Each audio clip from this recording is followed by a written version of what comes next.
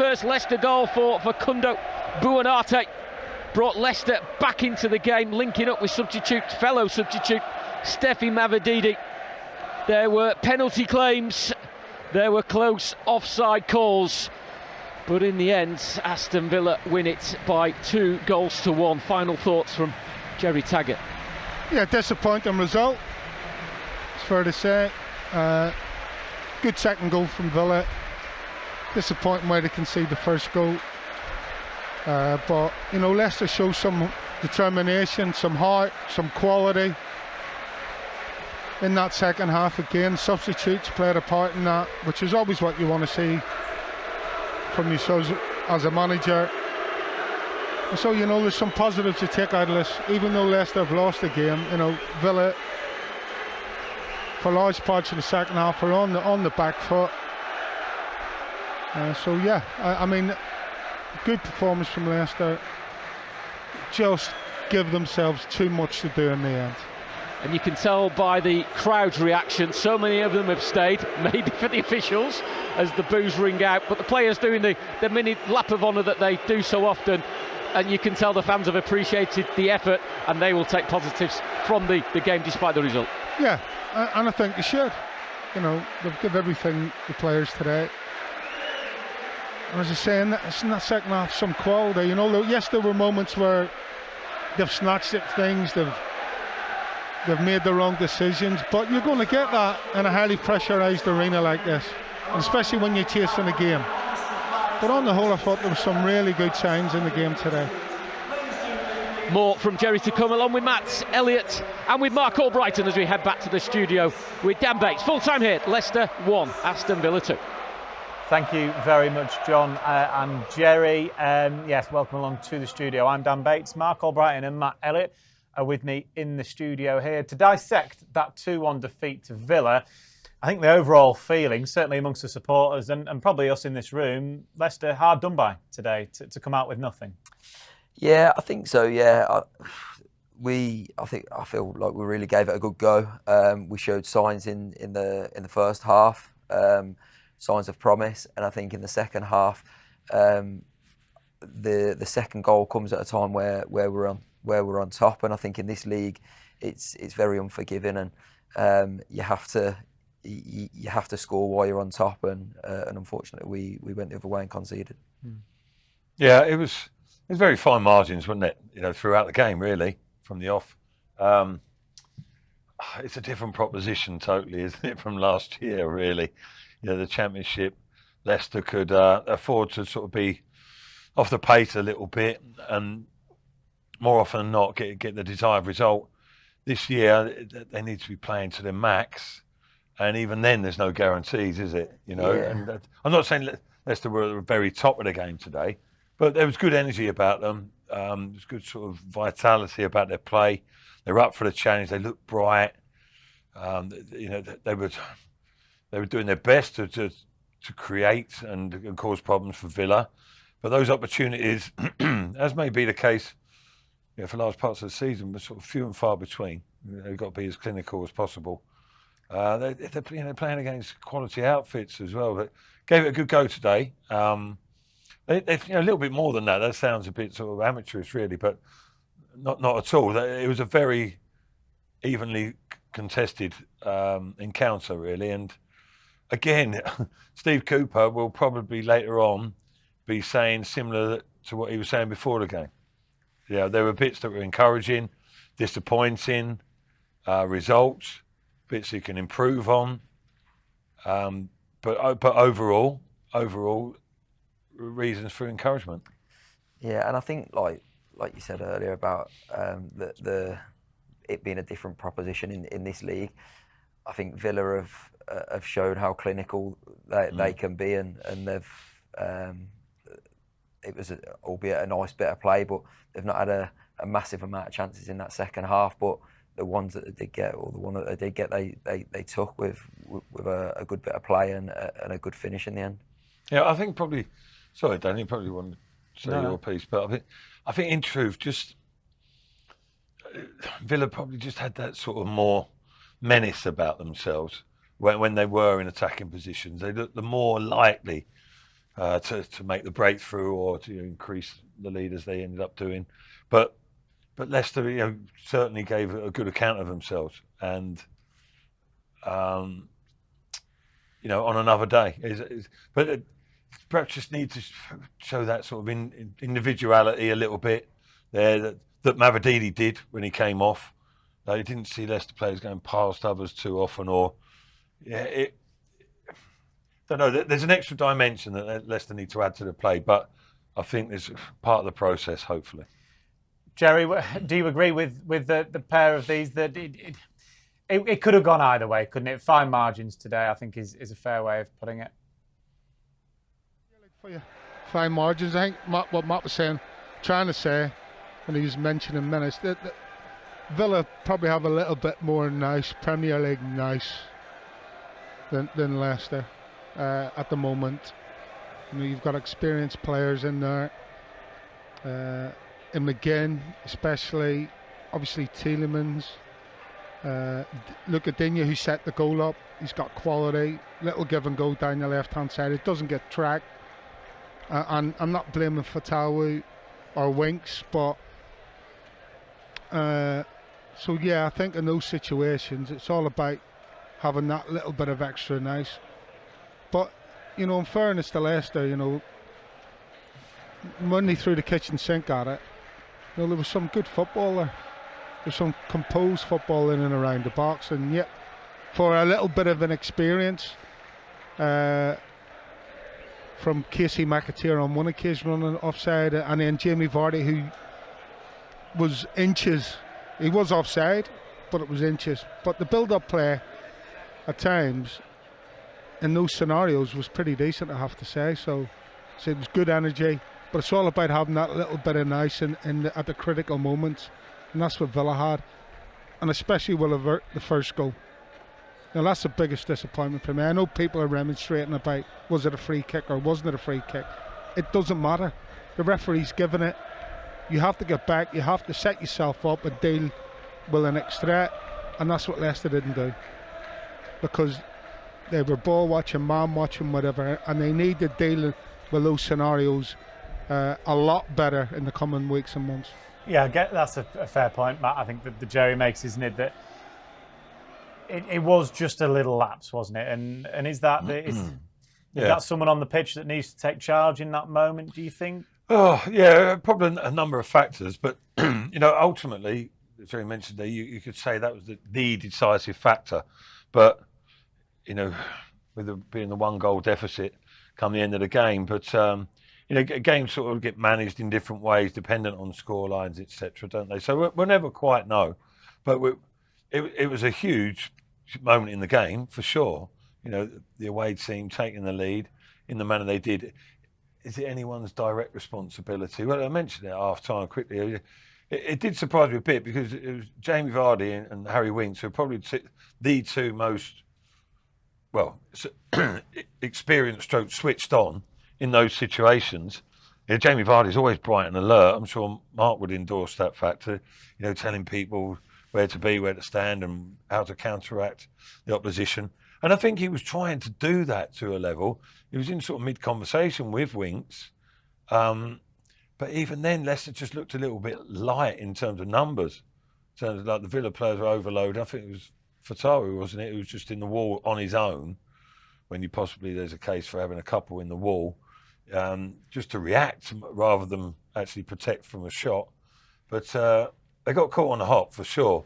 There'll be discussions about it, because set pieces, as they always have been, are hugely important. There seemed to be a period where they, I don't know, became less of a factor. I don't know what your views would be on that, Mark, but they're coming back into the game a little bit more. You got your set piece coaches at Arsenal, 22 goals from set pieces last year. Massive impact, isn't it? So lessons need to be learned on that front. Yeah, I would say so. Yeah, I'd agree with everything you've said. I think they're a huge part of the game now, set pieces, and you have to be alert. And everybody, obviously, we talk about Vards, and he is very much alert from set pieces. He always has been. he does the front post role at corners, and he's always there. He's always dictating and telling people where they should be. But just as a group, like every single person that's back there needs to take responsibility and make sure they not only know their jobs, but they know everyone else's jobs. Do you think the keeper was, Emerson was, I didn't see it, but he was very irate after the goal was conceded. Perhaps he was shouting the odds to try and match the overload. I don't know. I didn't see it possibly. before. Yeah, I think, again, like keepers will take it upon themselves to be that responsible person that's going to sort of dictate, but it can't just be him. It can't just be Vards. Like everybody needs to know their own and everybody else's role. Yeah, it's interesting. Let's look at some of the positives then. The way Leicester did fight back in that second half, 2-0 down. You maybe not necessarily would have blamed them, but if it had petered out and ended 2-0. You'd have just gone, oh, okay. But Leicester really fought to get back in that. They didn't give up, did they? No, they didn't. And I think we've seen that at times already in just the early parts of the season, that they can come back from behind. They can fight. They won't just roll over and die. And I think the big positive that we can take, if we are looking for positives, is the way that they showed that character. And I think if they can do that in the games going forward, especially the home games, because we need to make this place a bit of a fortress this season. This is where we need to pick up our points. So the encouraging signs are there, and we need to take confidence from these performances. Yeah, judging from the reaction, Jerry, on social media from the Leicester City supporters that were here at King Power Stadium that witnessed it, they all sort of kind of follow the same theme, really. One of them from Scott, unlucky today, fought hard, showing that we can compete at this level. Lots to be positive and optimistic about. He thought Okoli was really good. He then goes on to say some questionable refereeing, but that's to be expected. Callum said, we'll never fault the effort, commitment and performance of those players. Again, he just mentions the referee there. So I think no one is questioning that the Leicester players or staff today for what they went out and put there, because they did fight so hard. They did try until the very end. Yeah, I think we've sort of touched on that, haven't we, in our post-match, into our conversation, shall we call it? But yeah, I mean, it's crucial moments in a game, basically. That's what it boils down to. Leicester had plenty of moments in the game, but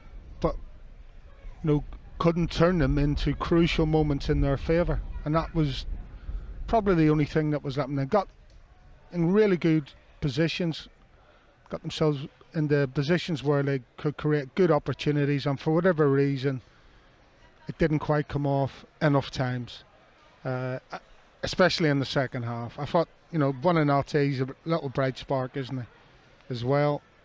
Didn't really see too much of El Kanous, but this is his first taste there, so not sure, but looks like he's got ability, looks like he's got a bit of vision, he can pass the ball. So yeah, I'm expecting better things in the future. It takes time. This is a complete turnaround this season from last season in regards to the playing staff, the way they play. So sometimes it just takes a little bit longer, but I've seen encouraging signs, and as the fans have been saying on, so they fought hard, they give everything to try and get a result, but at the crucial moments in a game they would just find wanting. Let's talk about some of the individuals, some of the newer individuals, should we say, Matt? Caleb Okoli, first Premier League start. I thought he looked really assured out there. Yeah, he did. Relatively young for a centre half, but I'm sure there will be little blips along the way with him, as is natural enough for someone his age in that position. But he's got all the attributes, basically, hasn't he? Physically strong, he's robust, aggressive when he needs to be, decent pace. Reading of the game seems decent enough as well to me, and to come in alongside Fass. You wonder perhaps, his communication maybe, which is so imperative in that position. Is that an issue? didn't seem to be today, really. And I think quite a few people were impressed with his well, I was going to say his home debut, but his starting debut. Big future ahead of him. Yeah, you would imagine so, because he's only going to get better, isn't he? And he wasn't bad today.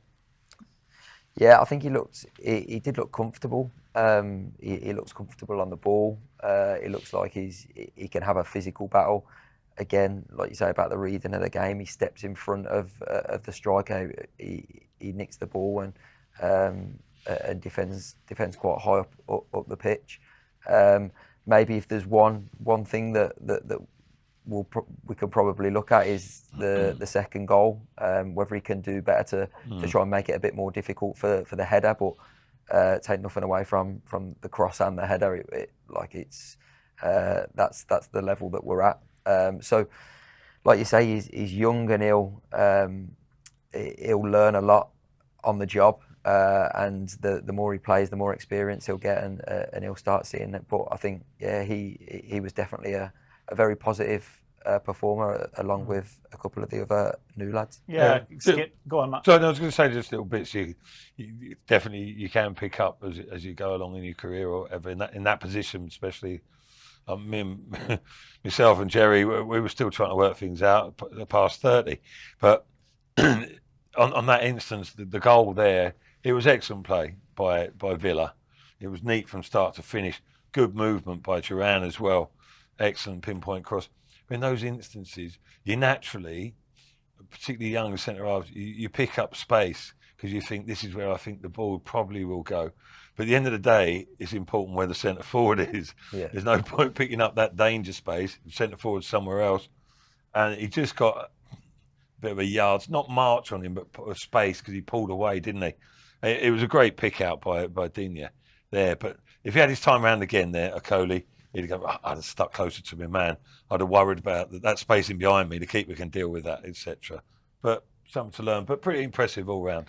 Jordan Ayew, Jerry, I think he's fast becoming a little bit of a fan's favourite. He's already got a chant. When he came off the pitch, he had to go all the way around. The fans were really giving him a warm reception. He works so hard as well, doesn't he? Yeah, and he's got a bit of nice, hasn't he? You know, when the ball comes to him, he knows exactly what he wants to do.